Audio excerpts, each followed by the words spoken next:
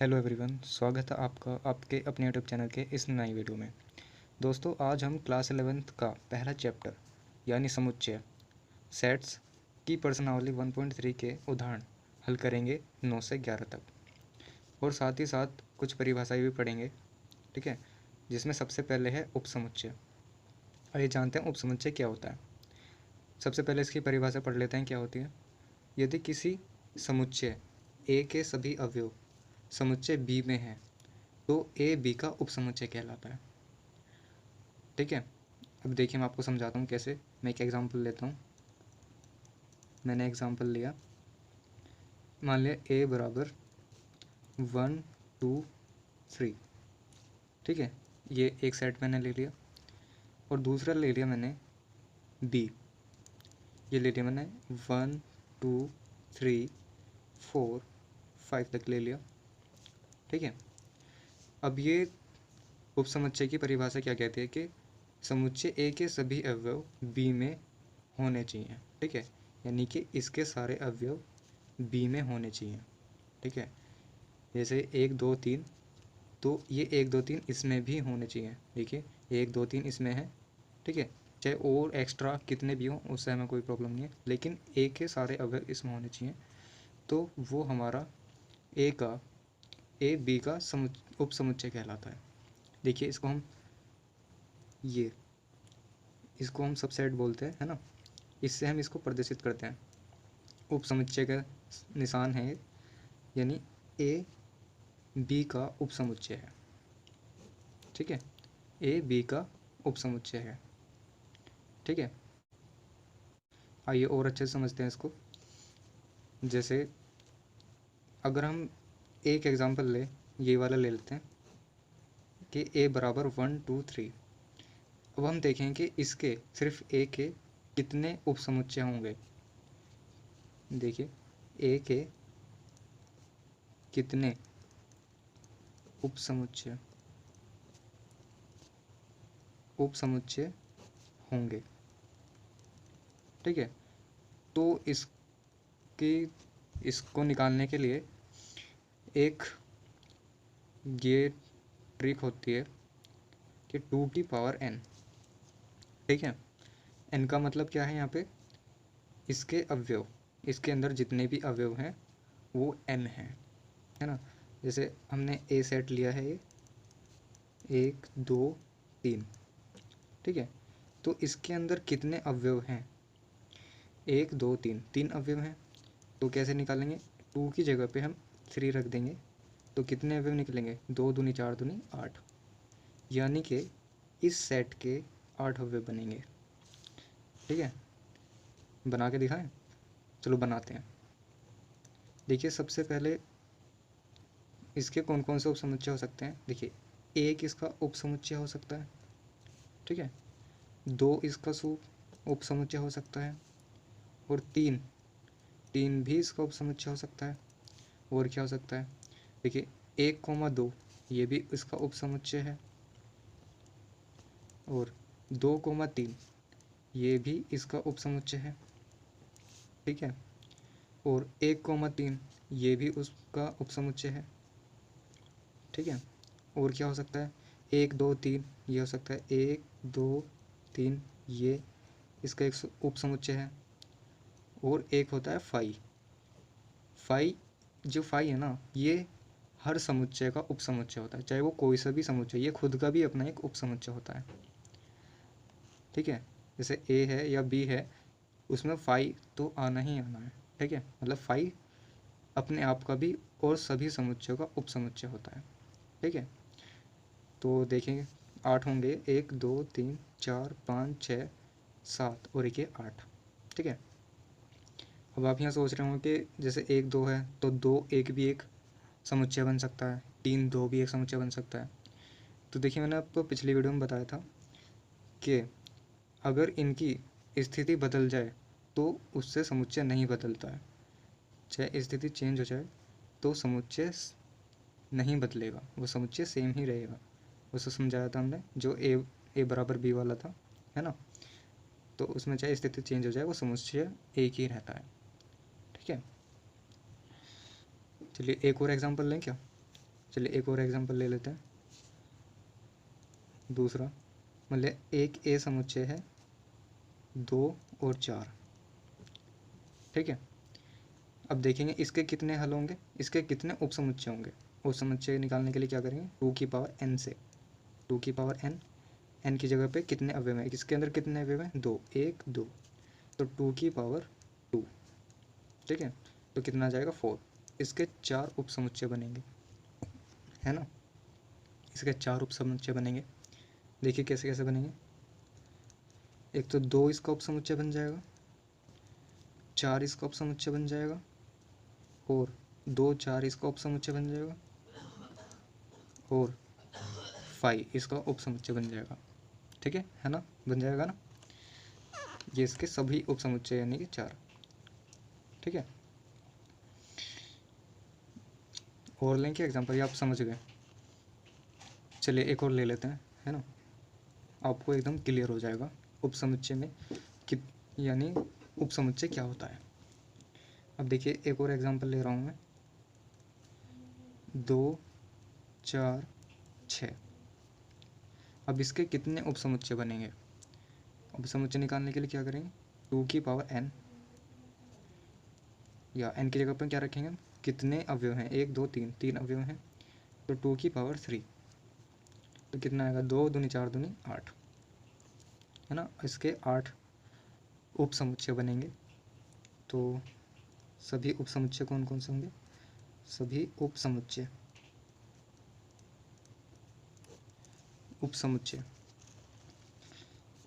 देखिए सभी उपसमुच्चय कौन कौन से होंगे।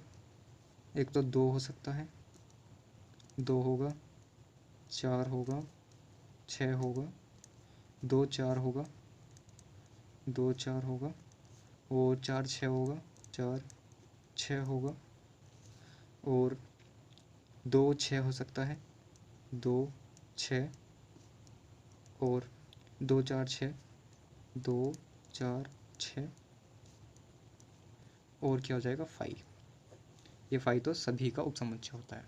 देखिए गिनते हैं, 1 2 3 4 5 6 7 8, हो गए ना इसके 8 उपसमुच्चय, है ना। चलिए और समझते हैं। लिया ए बराबर 1 2 3 4 है, ठीक है, और बी बराबर 2 और 4 है, ठीक है। तो यहाँ देखिए बी के सभी अवयव हमारे ए में हैं, 2 भी इसमें है और 4 भी इसमें है। तो इसको हम कैसे लिखेंगे कि बी ए का, यानी कि बी उपसमुच्चय है ए का, ठीक है, बी उपसमुच्चय है ए का। बट हम इसको ऐसे नहीं लिख सकते, हम ए को बी का उपसमुच्चय नहीं लिख सकते, क्योंकि ए के सभी अवयव बी में नहीं हैं, है ना। इसको इज नॉट सबसेट ऐसे निशान लगाएंगे इसमें, है ना।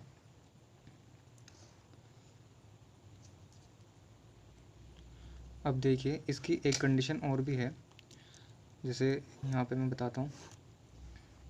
5वां एग्जांपल लेते हैं कि ए बराबर 1 2 3, ठीक है, और बी बराबर 3 2 1, ठीक है।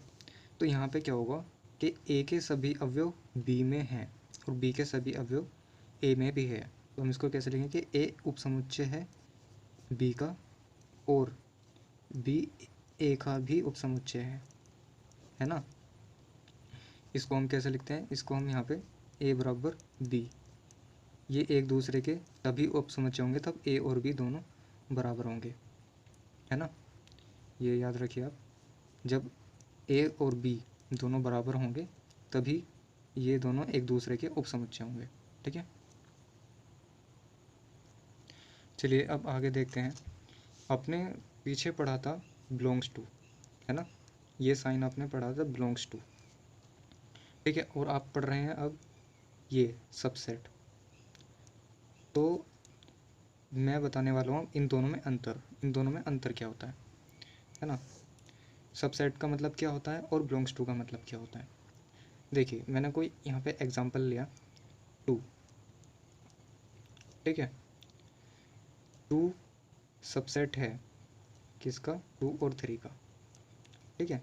ये सबसेट हो जाएगा क्यों, क्योंकि 2 अवयव इसमें है। मान लीजिए उसको एक नाम दे दो ए और बी, ए बी का सबसेट है ना, इसका सबसेट।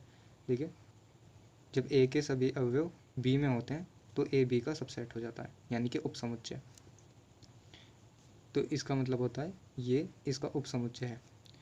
और एलिमेंट का क्या मतलब है, बिलोंग्स टू का मतलब जब ये ब्रैकेट में ना हो, जब खाली 2 लिखा हो। 2 इसका मतलब होता है 2 बिलोंग करता है 2 और 3 के सेट में, ठीक है। 2 और 3 के सेट में, इसका मतलब है कि 2 इस सेट में है, ठीक है। और यहाँ पे इसका क्या मतलब है, जब ब्रैकेट लगा हो, मजरा ब्रैकेट लगा हो, इसका मतलब होता है कि ये इसका ए बी का उपसमुच्चय है, ठीक है। समझ गए आप, इन दोनों में अंतर समझ गए। देखिए चलिए अब आगे बढ़ते हैं। चलिए मैं आपको अब और एग्जांपल कराता हूँ जो बुक में दिए हुए हैं, ठीक है। देखिए मैं दिखाता हूँ, ये देखिए ये उपसमुच्चय के ही उदाहरण है। यहाँ सबसे पहला है कि परिमेय संख्याओं का समुच्चय यानी क्यू वास्तविक संख्याओं के समुच्चय आर का मतलब रियल नंबर का एक उपसमुच्चय है, और हम लिखते हैं Q subset R. Q R का उपसमुच्चय है ना। देखिए अब समझते हैं ये कैसे है, इसका उपसमुच्चय कैसे है। देखिए यहाँ दिया है क्यू परिमेय संख्या। परिमेय संख्याएं कौन कौन सी होती हैं, आप सभी जानते हैं। परिमेय संख्याएं कौन कौन सी होती हैं, जैसे 2, 4, जो पी अपॉन क्यू की, इनका मतलब ये होता है 2 के अपॉन 1 लिख सकते हैं, या 2/3, 2/7, है ना, 2/7, और -3, -3/2, ठीक है। ये हमारी कौन सी होती है, परिमेय संख्याएं होती हैं, है ना। इसको सेट ए नाम दे दिया हमने। और दूसरा क्या कहा था इन्होंने, दूसरा कहा था इन्होंने रियल नंबर। अब देखिए रियल नंबर कौन से होता है, रियल नंबर, देखिए रियल नंबर में हर तरीके के नंबर आ जाते हैं। दुनिया में जितने भी तरीके के नंबर है ना, हर तरीके के नंबर, जैसे -1, -2, 1/2, 1.2, हर तरह के आ जाते हैं। कैसे, जैसे 1, 1, 2, 3/7, या 1.2, है ना, -3, कुछ भी ले लीजिए आप, ये बहुत दूर तक जाएंगे। या अंडर रूट वाले भी आ जाते हैं यहाँ पे, हर तरीके के इसमें नंबर आ जाते हैं। यानी कि परिमेय संख्याएं भी इसके अंदर आ जाती है, अपरिमेय भी संख्या आ जाती हैं, प्लस की भी माइनस की भी, हर तरीके की इसके अंदर संख्या आ जाएंगी। तो अब यहाँ पे देखिए उसकी कंडीशन क्या है कि उपसमुच्चय की ए के सभी अवयव बी में होने चाहिए। तो यहाँ तो ये सिर्फ परिमेय संख्या है, और बी के अंदर परिमेय भी, प्राकृत भी, हर तरीके की संख्या इसके अंदर है। तो ए तो बी का सबसेट हो जाएगा आराम से, है ना। यहाँ पे इसके अंदर इसको क्यों दिया है, ये क्यों है और ये आर है। तो क्यों उपसमुच्चय है आर का, क्यों उपसमुच्चय है आर का, ठीक है। देखिए ये दिया ना यहाँ पे, परिमेय संख्याओं का समुच्चय क्यों वास्तविक संख्याओं के समुच्चय आर का एक उपसमुच्चय है, और हम लिखते हैं क्यों उपसमुच्चय आर का है, ठीक है। अब देखिए दूसरा एग्जाम्पल, यदि ए संख्या 56 के सभी भाजकों का समुच्चय और बी संख्या 56 के सभी अभाज्य संख्याओं का समुच्चय है, तो बी ए का एक उपसमुच्चय है, और हम लिखते हैं बी सबसेट ए। अब देखिए कैसे, 56 के सभी भाजकों का समुच्चय, यानी कि 56 के 56 के हमें भाजक लिखने हैं। 56 के भाजक कौन कौन से होंगे, देखिए 1, 2, 4, 8 7 56, 7 8 56, है ना, और 14, 28 और 56, ये 56 के भाजक हो गए, ठीक है। उसके बाद कहा है कि 56 के सभी भाजकों का समुच्चय, यहाँ पे अभाज्य कहा है, 56 के अभाज्य। अब देखिए जब 56 के हम गुणनखंड करेंगे तो 2 से कटेगा, 2 दूनी 4 और 2 अट्ठे 16, 2 एकम 2 चौक 8, 2 सत्ते 14 और 7 एकम 7, है ना। तो देखिए यहाँ पे 2 3 बार आ रहा है, लेकिन हम यहाँ पे क्या लिखेंगे, सिर्फ एक ही बार लिखेंगे क्योंकि हम वर्ड को रिपीट नहीं करते हैं। तो बी के अवयव क्या जाएंगे, 2 और 7। ठीक है, अब देखिए 2 और 7 इसके अंदर मिल जाएंगे, 2 और 7। तो यहाँ पे क्या है, बी ए का उपसमुच्चय है। ठीक है, बी ए का उपसमुच्चय कैसे लिखेंगे, बी उपसमुच्चय है ए का, है ना, समझ गए। देखिए यहाँ पे ऐसे लिखा है, यदि ए 56 के सभी भाजकों का समुच्चय है और बी 56 के सभी अभाज्य, देखिए अभाज्य भाजकों का समुच्चय है, तो बी ए का उपसमुच्चय है। यहाँ पे बी छोटे वाले को हमेशा शुरू में लिखते हैं। ठीक है, बी ए का उपसमुच्चय है और इसको हम लिखेंगे बी उपसमुच्चय है ए का। ठीक है, अब हम उदाहरण नंबर 3 देखते हैं इसका। मान लीजिए ए बराबर 1 2 3 और बी बराबर एक्स सच डेट एक्स, संख्या 6 से कम एक विषम प्राकृत है। देखिए यहाँ पे हमें ए बराबर दिया है 1 3 5। ठीक है, और बी बराबर यहाँ पे इसको हमें रोस्टर रूप में लिखना पड़ेगा। ये हमें सारणीबद्ध रूप उसमें समुच्चय निर्माण रूप में दे रखा है। तो संख्या 6 से कम विषम प्राकृत संख्या कौन कौन सी होती है, 6 से कम, 1 3 5, 6 से कम इतनी ही आएंगी, है ना, विषम संख्या तो यही आएंगी। ठीक है, तो चलिए इसे देखते हैं। तो यहाँ देखिए अब कि ए के सभी अवयव बी में भी हैं और बी के सभी अवयव ए में भी हैं, है ना। तो हम इसको कैसे लिख सकते हैं कि ए उपसमुच्चय है बी का और बी ए का भी उपसमुच्चय है ना। इसलिए कैसे लिखते हैं इसके कि कब है, जब ए और बी दोनों बराबर हों। यहाँ पे ए और बी दोनों बराबर हैं, इसलिए ए बी का भी उपसमुच्चय है और बी ए का भी उपसमुच्चय है। ठीक है, अब देखिए इसका अगला उदाहरण देखते हैं। ये मान लीजिए कि ए बराबर ए ई आई ओ यू और बी बराबर ए बी सी डी, तो ए बी का एक उपसमुच्चय नहीं है तथा बी भी ए का उपसमुच्चय नहीं है। ठीक है, देखिए ये कैसे दिया है। इसका चौथा एग्जाम्पल है कि ए बराबर ए ई आई ओ यू, ये ए के अवयव दिए हैं और बी के दिए हैं ए बी सी डी। ठीक है, अब देखिए ना तो यहाँ पे ए के सभी अवयव बी में हैं और ना ही बी के सभी अवयव ए में हैं। देखिए यहाँ पे ए तो है लेकिन इसमें ई कहीं भी नहीं है। ठीक है, ऐसे इसमें बी भी इसमें कहीं नहीं है। तो ये ना तो ए बी का उपसमुच्चय है और ना ही बी ए का उपसमुच्चय है। ठीक है, तो इसको हम ऐसे लिखते हैं कि ए उपसमुच्चय नहीं है बी का और बी ए का भी उपसमुच्चय नहीं है। ठीक है, समझ गए। ये आपको 4 एग्जाम्पल मैंने समझा दिया, आप समझ गए होंगे अच्छे से। अब देखिए यहाँ पे एक चीज़ और है, जैसे एक एग्जाम्पल लिया मैंने ए बराबर 1 2 3। ठीक है, और बी बराबर लिया मैंने 1 2 3 4। ठीक है, तो यहाँ पे देखिए आप कि ए के सभी अवयव बी में हैं, तो हम क्या लिखते हैं, ए बी का उपसमुच्चय है ना। लेकिन बी तो ए का उपसमुच्चय नहीं है ना, तो हम क्या लिखते हैं कि जैसे ए बी का उपसमुच्चय है तो हम ए को क्या लिखते हैं, उचित उपसमुच्चय लिखते हैं।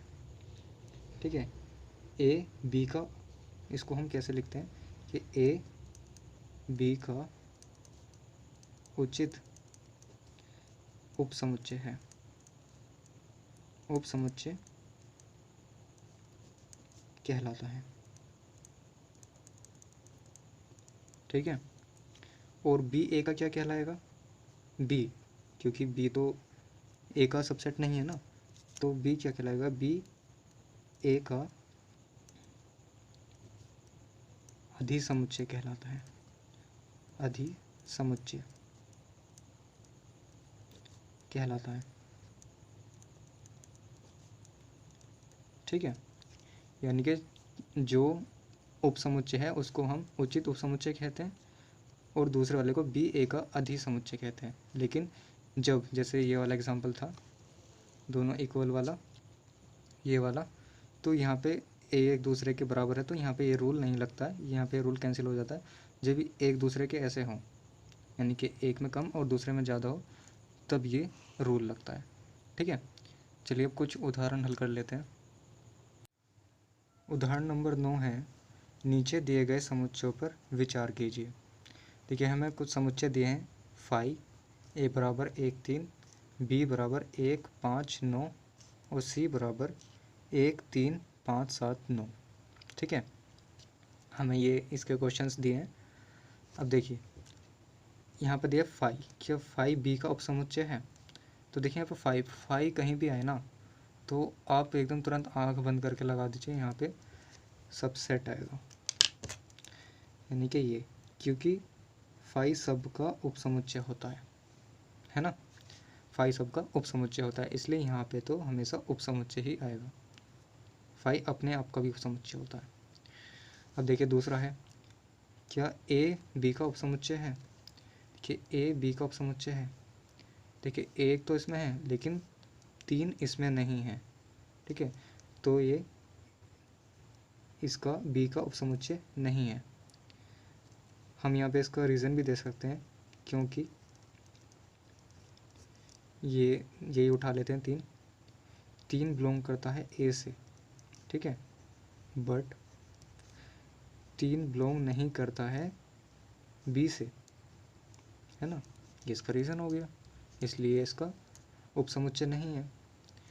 अब देखिए ए क्या सी का उपसमुच्चय है? ए सी का उपसमुच्चय, अब देखिए ए के सभी अवयव इसमें होने चाहिए 1 और 3। यहाँ देखिए 1 और 3 में सभी अवयव हैं इसके, इसलिए ये ए सी का उपसमुच्चय हो जाएगा, ये ए सी का उपसमुच्चय हो गया।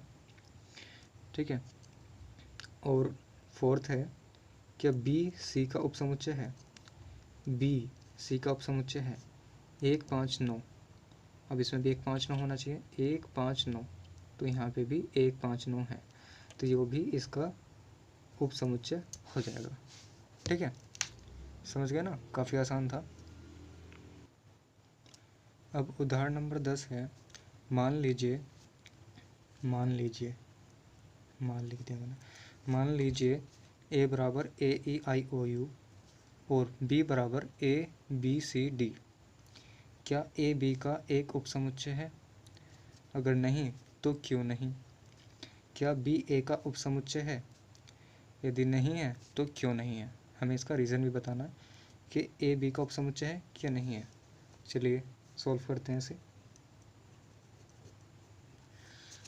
कि ए का कोई भी, देखिए हमें क्या देखना पड़ता है कि ए के सभी अवयव बी में होने चाहिए। देखिए यहाँ पे ए तो है लेकिन ई इसमें कहीं भी नहीं है, तो कोई भी एलिमेंट उठा सकते हैं जो इसमें नहीं है, ई ही ले लेते हैं इसका रीज़न देने के लिए कि ई बिलोंग करता है ए से, है ना, बट ई बिलोंग नहीं करता है किससे? बी से, इसलिए ए बी का उपसमुच्चय नहीं है ना। हमने रीज़न दे दिया, क्यों? क्योंकि ई बिलोंग तो करता है ए से, बट ई बिलोंग नहीं करता है बी से, इसलिए ए बी का उपसमुच्चय नहीं है। ठीक है, ये इसका पहला पार्ट है। और दूसरा पार्ट क्या पूछा इसने कि क्या बी ए का उपसमुच्चय है? क्या ये इसका उपसमुच्चय है? देखते हैं, यहाँ पे ए है, बी देख रहे हैं, बी नहीं है, यहाँ पे सी भी नहीं है और डी भी नहीं है, कोई सा भी नहीं है, तो बी को ही ले लेते हैं एग्जाम्पल के लिए। यहाँ पे बी बिलोंग करता है कैपिटल बी से, बट बी बिलोंग नहीं करता है किससे, ए से, बिलोंग नहीं करता है, बी ए में नहीं है, इसलिए बी ए का भी सबसेट नहीं है, बी ए का भी सबसेट नहीं है। ठीक है, समझ गए, यही हमें इसमें रीज़न देना था कि ए बी का समुच्चय है तो क्यों नहीं है, हमने दे दिया कि क्यों नहीं है, इसलिए नहीं है। ठीक है, और बी ए का भी उपसमुच्चय नहीं है। ठीक है, समझ गए। अब चलिए नेक्स्ट उदाहरण की तरफ बढ़ते हैं। अब देखिए हमें उदाहरण नंबर 11 दिया है। मान लीजिए ए बी और सी तीन समुच्चय हैं। यदि ए बिलोंग करता है बी से तथा बी बिलोंग करता है सी से, है ना, नहीं, बी सबसेट है सी का, तो यह सत्य है कि ए सबसेट सी। बताना है कि क्या ये सत्य है। यदि नहीं तो एक उदाहरण दीजिए। हमें यहाँ पे एक उदाहरण देके समझाना है क्या ये ऐसी कंडीशन यहाँ पे है। हमें यहाँ पे तीन समुच्चय बनाने हैं जो ए को बिलोंग करे, है ना, ए और बी, ए के अवयव बी में भी हो और बी सी का सबसेट हो। ठीक है, चलिए उदाहरण लेते हैं एक, आपको समझ आ जाएगा, कोई आपको क्वेश्चन समझ नहीं आ रहा होगा, अभी समझ आ जाएगा। देखिए मैंने कोई उदाहरण लिया, ए बराबर 1, ये समुच्चय बन गया। ठीक है, अब हमें एक ऐसा उदाहरण लेना है बी हमें ऐसा समुच्चय लेना है जिसमें ये अवयव हो। जैसे हमें ये तो अवयव रखना ही है, साथ में कोई भी हम अपने पास से और कोई भी अवयव रख सकते हैं, जैसे 2 ही रख लिया। ठीक है, तो यहाँ ये वाला, ये ए बिलोंग करता है बी में, है ना, ये बिलोंग करता है। अब हमें सी हमें ऐसा समुच्चय लेना है जिसमें बी भी बिलोंग करता हो, मतलब बी तो उसमें आना ही चाहिए, तो हमारा ये तो इसमें रहेगा ही, और 2, ठीक है, ये तो रहेगा ही, और साथ में एक हमें अपने पास से लेना है 3, कुछ भी ले सकते हैं, मैंने 3 ले लिया। ठीक है, ये 3 ले लिया हमने, ये इसका समुच्चय बन गए, हमारे 3 समुच्चय बन गए। ठीक है, नहीं समझे। देखिए यहाँ पे हमें ये कहा है कि ए बी और सी 3 समुच्चय हैं। ए बी ऐसे समुच्चय है कि ए बिलोंग करता है बी में, ये पूरा बिलोंग करता है बी में, देखिए ये पूरा अवयव बिलोंग करता है ए में। ठीक है, और बी सबसेट होना चाहिए सी का। अब देखिए क्या बी सी का सबसेट है, देखिए ये वाले दोनों अवयव इसमें होना चाहिए, इसलिए हमने ये ऐसे लिखा, ये दोनों इसमें हैं तभी तो बी सी का उपसमुच्चय है। ठीक है, यहाँ पे ये कहा है, इसलिए हमें ऐसा कंडीशन लेनी पड़ रही है। ठीक है, अब ये हमसे पूछ रहा है कि क्या ए उपसमुच्चय सी ये है या नहीं है। हमें बताना है कि ए समुच्चय सी, ठीक है, ये इस कंडीशन को सेटिस्फाई करता है या नहीं। अब देखिए ए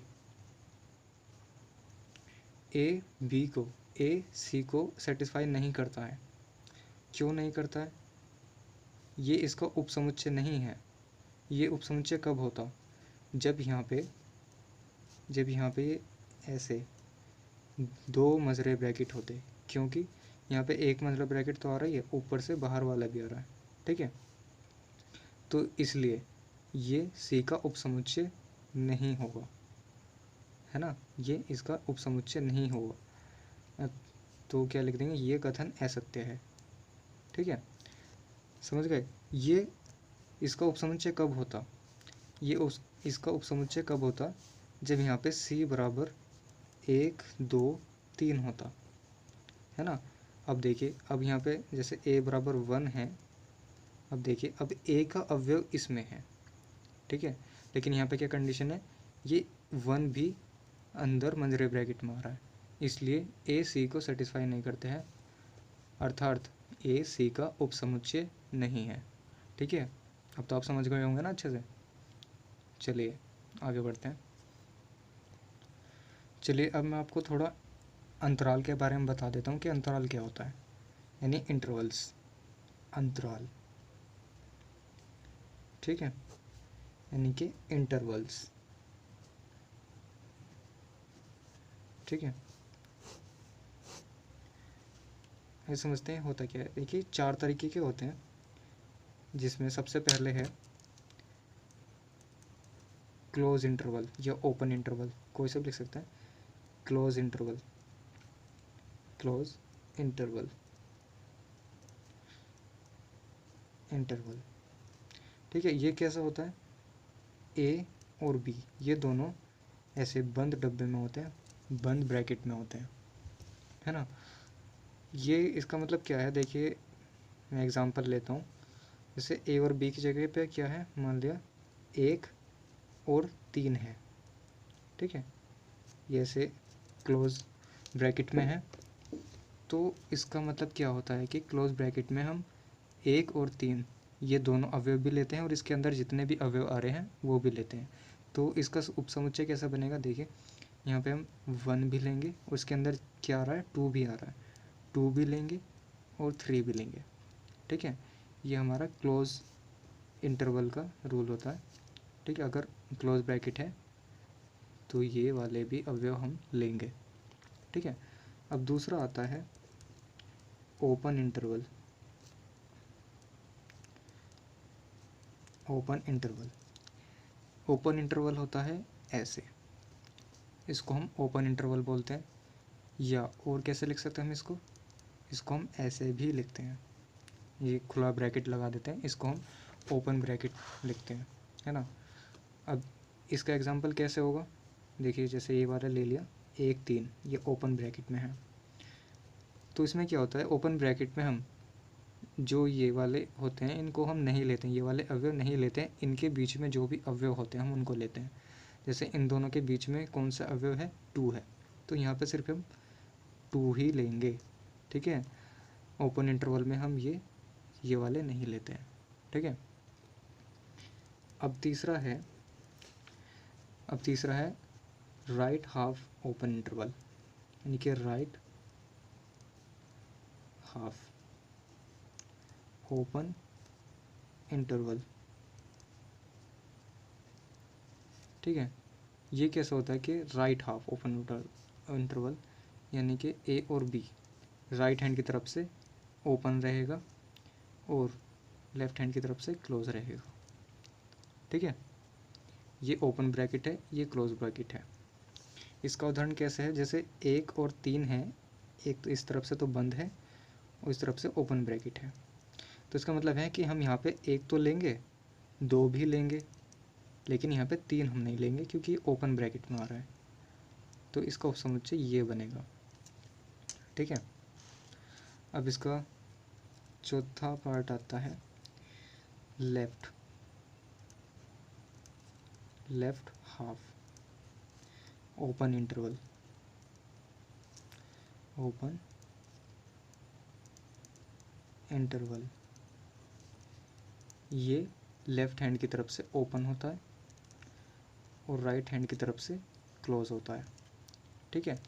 इसका उदाहरण यही वाला 1 3, ये लेफ़्ट साइड से तो ओपन है और राइट साइड से क्लोज है। तो इसका मतलब क्या है, यहाँ पे हम 1 नहीं लेंगे, 2 3 आएगा इसका समुच्चय, 2 और 3, ठीक है। ये इसका उपसमुच्चय हुआ, नहीं उपसमुच्चय नहीं, ये इसका समुच्चय बन गया, ठीक है। आप इंटरवल के बारे में समझ गए, क्लोज इंटरवल, ओपन इंटरवल, एक राइट हाफ ओपन इंटरवल और लेफ्ट हाफ ओपन इंटरवल, ठीक है। आप अच्छा समझ गए होंगे। चलिए आगे बढ़ते हैं। देखिए अब इसके बाद आता है घात समुच्चय यानी पावर सेट। अब देखिए घात समुच्चय क्या होता है, पढ़ते हैं। सबसे पहले परिभाषा, समुच्चय ए के सभी उपसमुच्चय के संग्रह को हम क्या कहते हैं, घात समुच्चय कहते हैं, घात समुच्चय कहते हैं, ठीक है। देखिए मैं कोई एग्जांपल लेके समझाता हूँ आपको, एकदम समझ आ जाएगा। जैसे मैंने एग्जांपल लिया 1 और 2, ठीक है। मैंने अभी पीछे बताया है कि इसके उपसमुच्चय निकालने का तरीका क्या होता है, 2 की पावर n, n का मतलब जितने इसमें अवयव हैं, कितने अवयव हैं, 2, यानी रखेंगे 2 की पावर 2, तो इसके अवयव कितने आएंगे, 4, ठीक है। कौन कौन से होंगे, इसके अवयव सभी नहीं उपसमुच्चय, इसके सभी उपसमुच्चय कौन कौन से होंगे? एक तो 1 होगा, 2 होगा, 1 2 होगा और एक 5। ये तो होता ही है, सभी में आप सभी जानते हैं। तो अब ये 4 होगा, 1 2 3 4। ठीक है, तो यहाँ पे देखिए समुच्चय ए के सभी उपसमुच्चय के, इसके सभी उपसमुच्चय हुए के संग्रह को हम घात समुच्चय कहते हैं। इनके संग्रह को, यानी कि जब इन सबको मिला के हम एक नया समुच्चय बना देते हैं, इन सबको मिला के जब हम एक नया समुच्चय बना देते हैं तो हम उसको घात समुच्चय कहते हैं।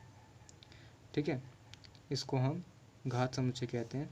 ठीक है, और इसे हम P से प्रदर्शित करते हैं, P ऑफ ए, है ना। इसको P ऑफ ए, P का मतलब होता है पावर ऑफ ए, ये इसका घात समुच्चय होता है। ठीक है, समझ गए ना अच्छे से।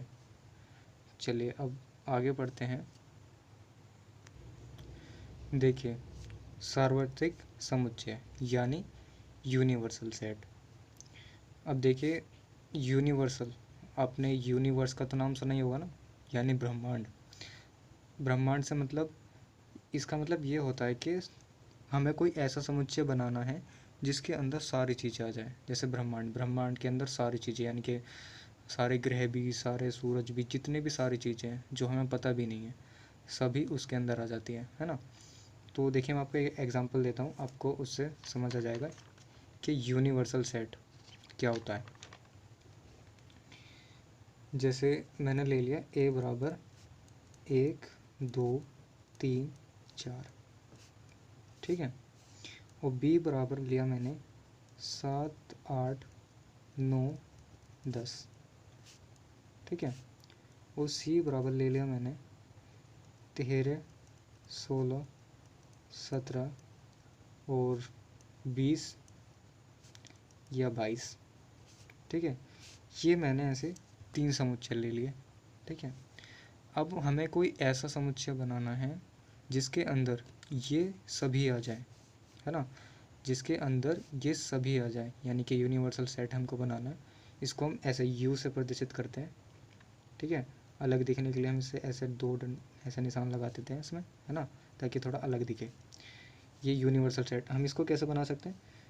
यदि हम 1 2 3 ऐसे कहाँ तक लिख दें, 25 तक लिख दें, ठीक है, 25 तक लिख दें, तो यहाँ पे देखिए ये सारे अवयव आ जाएंगे, इसके भी सारे आ जाएंगे और इसके भी, ठीक है, और एक्स्ट्रा भी आ जाएंगे। एक्स्ट्रा आ जाए कोई दिक्कत नहीं, लेकिन सारे तो होने ही चाहिए, ठीक है। तो इसको हम यूनिवर्सल सेट कहते हैं, ठीक है, समझ गए ना अच्छे से। तो इसका मतलब यही होता है कि हमें कोई भी अगर समुच्चय दिया है, हमें उसका ऐसा समुच्चय बनाना है जिसमें उसके सारे अवयव आ जाएं, यानी कि इन तीनों के अवयव या जो भी सेट दिया होगा उसके सारे अवयव इस यूनिवर्सल सेट में आ जाएं, ठीक है, समझ गए ना अच्छे से। यही हमारा क्या है, यूनिवर्सल सेट है, ठीक है। चलिए अगर आपको वीडियो पसंद आए तो लाइक करें, शेयर करें और कमेंट करें। आपको कोई भी क्वेश्चन में प्रॉब्लम हो तो आप कमेंट करके ज़रूर बताएं, ठीक है। Thank you.